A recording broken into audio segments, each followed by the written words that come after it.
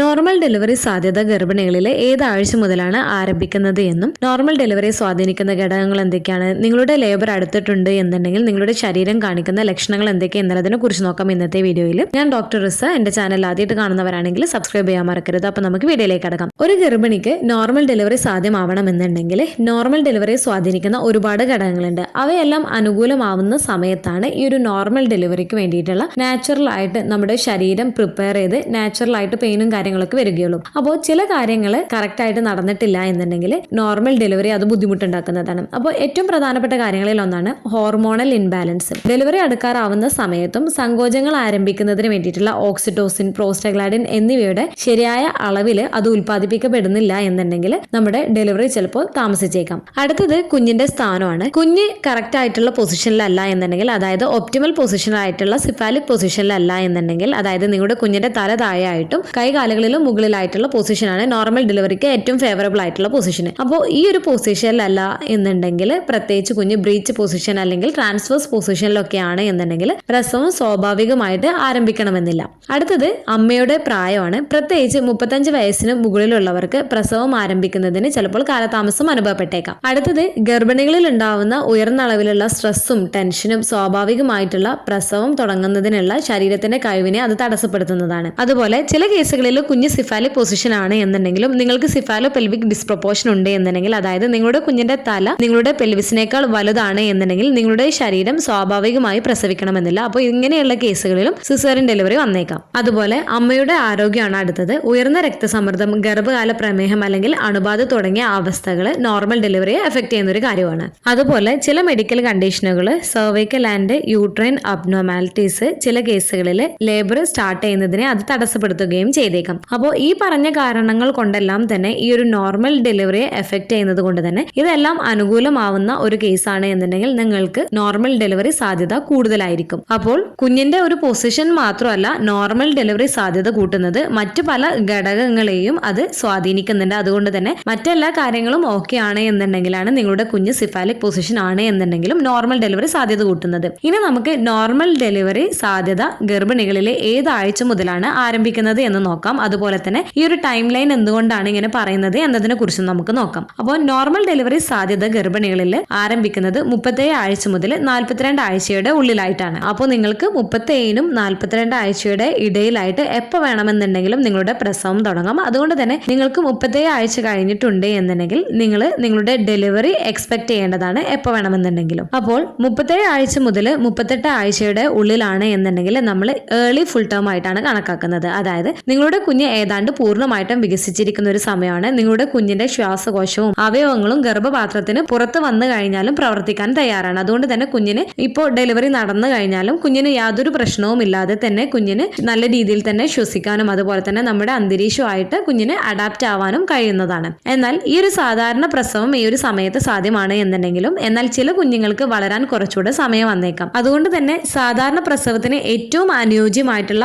Weeks എന്ന് പറയുന്നത് 39 to 40 weeks ആണ്. അപ്പോൾ ഈ ഒരു സമയത്ത് കുഞ്ഞിന്റെ ശ്വാസകോശവും അതുപോലെ തന്നെ കുഞ്ഞിന്റെ ഓർഗൻസ് എല്ലാം തന്നെ ശരിയായ രീതിയിൽ ഡെവലപ്പ് ആയിട്ടുണ്ടാവും, കംപ്ലീറ്റ് ആയിട്ട് മെച്ചർ ആയിട്ടുണ്ടാവും. അതുകൊണ്ട് തന്നെ കുഞ്ഞ് പുറത്ത് വന്നു കഴിഞ്ഞാലും ആ ഒരു പുറത്തെ അന്തരീക്ഷമായിട്ട് കുഞ്ഞിനെ അഡാപ്റ്റ് ചെയ്യാൻ കഴിയുന്നതാണ്. സ്വാഭാവികമായിട്ടും മിക്ക ഗർഭിണികൾക്കും ഈ ഒരു നാച്ചുറൽ ആയിട്ടുള്ള ലേബർ പെയിൻ ഒക്കെ ഈ ഒരു സമയത്ത് സ്റ്റാർട്ട് ചെയ്യുകയും ചെയ്യുന്നതാണ്. എന്നാൽ ചില ഗർഭിണികൾ ഈ ഒരു സമയത്തും നോർമൽ ഡെലിവറി നടക്കണമെന്നില്ല, അവർക്ക് നാച്ചുറൽ ആയിട്ടുള്ള പെയിനും കാര്യങ്ങളും ഉണ്ടാവണമെന്നില്ല. അപ്പോൾ ഈ ഒരു 41 മുതൽ 42 ആഴ്ച എന്ന് പറയുന്നത് ലേറ്റ് ഫുൾ ടേം ആയിട്ടാണ് കണക്കാക്കുന്നത്. 41 ആഴ്ചക്കുള്ളിൽ പ്രസവം ആരംഭിച്ചിട്ടില്ല എന്നുണ്ടെങ്കിൽ ഡോക്ടേഴ്സ് നിങ്ങളെ സൂക്ഷ്മമായി നിരീക്ഷിക്കുകയും സങ്കീർണതകൾ ഒഴിവാക്കുന്നതിന് വേണ്ടിയിട്ട് 42 ആഴ്ചക്കുള്ളിൽ തന്നെ നിങ്ങൾക്ക് പ്രസവവേദന വന്നിട്ടില്ല എന്നുണ്ടെങ്കിലും ഡോക്ടേഴ്സ് പ്രസവവേദന വരുത്താനുള്ള മരുന്നുകളും കാര്യങ്ങളൊക്കെ ചെയ്ത്, അതായത് ലേബർ ഇൻഡ്യൂസിംഗ് മെത്തേഡ് ഉപയോഗിച്ചിട്ട് നിങ്ങൾക്ക് നോർമൽ ഡെലിവറി ട്രൈ ചെയ്യുകയും ചെയ്യുന്നതാണ്. ഇനി ഈ ഒരു നോർമൽ ഡെലിവറി സാധ്യത 37 ആഴ്ച മുതൽ 42 ആഴ്ചയുടെ ഉള്ളിലാണ് എന്ന് പറയുന്നതിന്റെ പ്രധാന കാരണം എന്താണ് എന്ന് നോക്കാം. 37 ആഴ്ച ആവുമ്പോഴത്തേക്ക്, അതായത് കംപ്ലീറ്റ് ആവുമ്പോഴത്തേക്ക് നമ്മൾ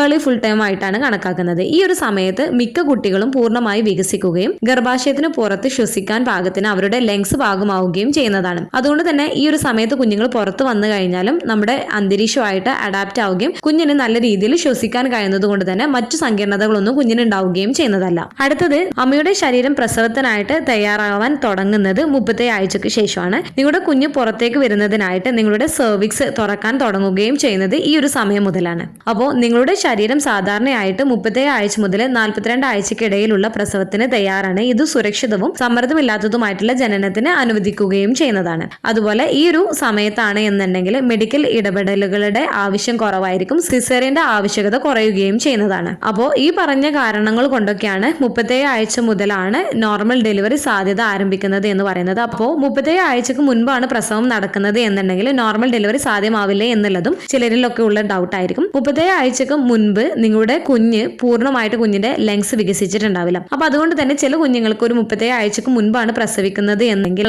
ശ്വാസതടസ്സവും ബുദ്ധിമുട്ടും മറ്റ് ആരോഗ്യ പ്രശ്നങ്ങളൊക്കെ ഉണ്ടായേക്കാം. അപ്പൊ ഇങ്ങനെയുള്ള കേസുകളിൽ ചിലപ്പോൾ കുഞ്ഞുങ്ങൾക്ക് NICU കെയറും ആവശ്യമായി വന്നേക്കാം. ഇനിയിപ്പോൾ നിങ്ങൾക്ക് 37 ആഴ്ചക്ക് മുൻപാണ് നിങ്ങളുടെ ഡെലിവറി നടക്കുന്നത് എന്നുണ്ടെങ്കിലും നോർമൽ ഡെലിവറി സാധ്യമാവുന്നതാണ്. ആ ഒരു സമയത്ത് അമ്മയുടെയും കുഞ്ഞിന്റെയും ഹെൽത്തും കുഞ്ഞിന്റെ പൊസിഷനും നിങ്ങളുടെ കൺട്രാക്ഷനും എല്ലാം കൂടെ നോക്കിയിട്ട് അതിനനുസരിച്ചിട്ട് നിങ്ങൾക്ക് നോർമൽ ഡെലിവറി പോസിബിൾ ആണ്. കുഞ്ഞിന് സ്ട്രെസ്സും കാര്യങ്ങളൊന്നും ഉണ്ടാക്കുന്നതല്ല ഈ ഒരു സമയത്തുള്ള നോർമൽ ഡെലിവറി എന്നുണ്ടെങ്കിൽ ഡോക്ടേഴ്സ് നോർമൽ ഡെലിവറി ട്രൈ ചെയ്യുന്നതാണ്. എന്നാൽ ഈ ഒരു സമയത്ത് എന്തെങ്കിലും കോംപ്ലിക്കേഷൻസിലേക്ക് പോകുമെന്നുണ്ടെങ്കിൽ ഡോക്ടേഴ്സ് സിസേറിയൻ ഡെലിവറി ചെയ്യുകയും ചെയ്യുന്നതാണ്. ഇനി നിങ്ങളുടെ പ്രസവം അടുത്തിട്ടുണ്ട് എന്ന് സൂചിപ്പിക്കുന്ന ലക്ഷണങ്ങൾ എന്തൊക്കെയെന്നുള്ളതും നിങ്ങൾ ഈ ഒരു 37 ആഴ്ച മുതൽ അറിഞ്ഞിരിക്കേണ്ടതാണ്. അതിൽ ഏറ്റവും പ്രധാനപ്പെട്ട ഒന്നാണ് ലൈറ്റനിങ്, അതായത് നിങ്ങളുടെ കുഞ്ഞ് ഇടുപ്പിലേക്ക് ഇറങ്ങുന്നതാണ്, അതായത് കുഞ്ഞ് ഡ്രോപ്പ് ആവുന്നത്. ഈ ഒരു സമയത്ത് നിങ്ങൾക്ക് വജൈനൽ ഭാഗത്ത് പെയിനും വജൈനൽ പ്രഷറൊക്കെ കൂടുതലായിട്ട് അനുഭവപ്പെട്ടേക്കാം. ഇത് സാധാരണയായിട്ട് ഗർഭകാലത്തിന്റെ അവസാന ആഴ്ചകളിലാണ് സംഭവിക്കുന്നത്. അപ്പോൾ ഈ ഒരു വജൈനൽ ഭാഗത്ത് ഉണ്ടാവുന്ന പ്രഷറും പെയിനും കൂടുതലായിട്ട് വരികയും അതോടൊപ്പം തന്നെ നിങ്ങൾക്ക് ഈ ഒരു ബ്രക്സ്തനിക്സ് കൺട്രാക്ഷൻ, അതായത് പരിശീലന സങ്കോചങ്ങൾ കൂടുതൽ ഇടയ്ക്കിടെ വരികയും അത് തീവ്രമാവുകയും ചെയ്യുന്നുണ്ട് എന്നുണ്ടെങ്കിൽ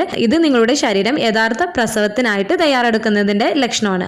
അതായത് നിങ്ങൾക്ക് നിങ്ങളുടെ വയറ് ടൈറ്റ് ആവുകയും ലൂസ് ആവുകയും ചെയ്യുന്നത് ഇടയ്ക്കിടെ ഉണ്ടാവുന്നുണ്ട്. അതിന്റെ ടൈം കുറഞ്ഞു വരുന്നുണ്ട്. 10 മിനിറ്റിന്റെ ഉള്ളിൽ 5 മിനിറ്റിന്റെ ഉള്ളിലായിട്ടൊക്കെ നിങ്ങൾക്ക് വേദന വന്നു പോകുന്നുണ്ട് എന്നുണ്ടെങ്കിൽ അത് നിങ്ങളുടെ പ്രസവം അടുത്തതിന്റെ ലക്ഷണമാണ്. അടുത്തത് എഫേസ്മെന്റ് ആൻഡ് ഡയലേഷൻ ആണ്. നിങ്ങളുടെ ഡോക്ടേഴ്സ് പരിശോധിക്കുന്നതിലൂടെ നിങ്ങളുടെ സെർവിക്സ് തിന്നാവുകയും ഷോർട്ട് ആവുകയും ഡയലേറ്റ് ആവുകയും ചെയ്യുന്നുണ്ടോ എന്നുള്ളത് പരിശോധിക്കുന്നതാണ്. നിങ്ങളുടെ ഗർഭാശയ മുഖം 0 സെന്റിമീറ്റർ ടു 10 സെന്റിമീറ്റർ വരെ വികസിക്കുമ്പോഴാണ് നിങ്ങൾക്ക് നോർമൽ ഡെലിവറി സാധ്യമാവുന്നത്. ഈ ഒരു സെർവിക്സ് ഓപ്പൺ ആവുന്നതിനനുസരിച്ചിട്ട് കൺട്രാക്ഷൻ ശക്തമാവുകയും പീരീഡിന്റെ സമയത്ത് ഉണ്ടാവുന്ന രീതിയിലുള്ള വേദന നിങ്ങൾക്ക് ഇടയ്ക്കിടെ വന്നു പോവുകയും ഈ ഒരു കൺട്രാക്ഷനോടൊപ്പം തന്നെ നിങ്ങൾക്ക് ഈ ഒരു വേദന കൂടി വരികയും ചെയ്യുന്നതാണ്. നമ്മൾ റെസ്റ്റ് എടുത്താലോ അല്ലെങ്കിൽ നമ്മൾ നടന്നു കഴിഞ്ഞാലോ ഒന്നും ഈ ഒരു വേദന പോവുകയും ചെയ്യുന്നതല്ല. അങ്ങനെ കണ്ടു കഴിഞ്ഞാൽ നിങ്ങൾ തീർച്ചയായിട്ടും ഡോക്ടറെ കാണിക്കുന്നതിന് വേണ്ടിയിട്ട് ശ്രദ്ധിക്കുക. ചിലർക്ക് സെർവിക്സ് ഓപ്പൺ ആയി തുടങ്ങിയിട്ടുണ്ട് എന്നുണ്ടെങ്കിലും കാര്യമായിട്ടുള്ള ബുദ്ധിമുട്ടുകളും വേദനകളും ഒന്നും ഉണ്ടാവണമെന്നുമില്ല.